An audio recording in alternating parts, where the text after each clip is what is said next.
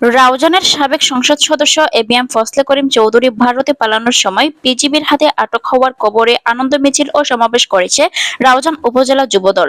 এর আগে রাউজান পৌরসভার জলিলনগর এলাকায় বিএনপির নেতাকর্মীরা মিষ্টি বিতরণ করেন। বৃহস্পতিবার 12 সেপ্টেম্বর গহিরায় আনন্দ মিছিল বের করা হয়।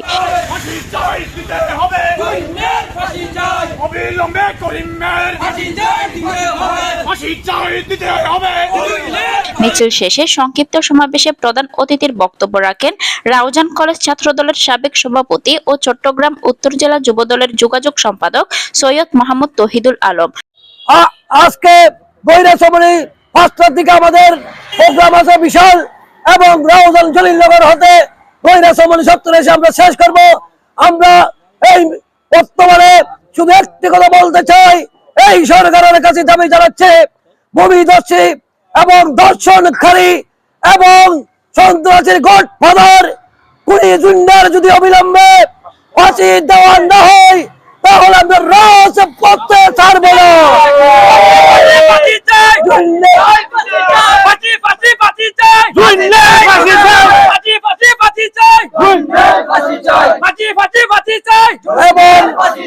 অনতি বিলম্বে জুন্ডার যদি ফাঁসি দিতে হবে।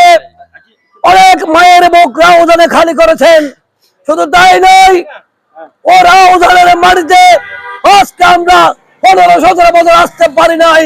আগামী দিনে বীর চট্টগ্রাম সিংহব্রজ আলহাজ গিয়াসউদ্দিন কাদের চৌধুরীর নেতৃত্বে রাউজানে ঐক্যবদ্ধ করে রাজপথে আমরা এই সন্ত্রাসীর জবাব দেবো। আমার সংক্ষিপ্ত বক্তব্য শেষ করছি। সভাপতিত্ব করেন রাউজান উপজেলা যুবদলের যুগ্ম আহ্বায়ক সেকান্তর মিয়া হিরো। ছাত্রদল নেতা নেজাম উদ্দিনের সঞ্চালনায় বক্তব্য রাখেন রাউজান উপজেলা যুবদলের যুগ্ম আহ্বায়ক কাজী বাদশাহ, হলদিয়া ইউনিয়ন যুবদলের আহ্বায়ক আলমগীর, যুবদল নেতা জালাল।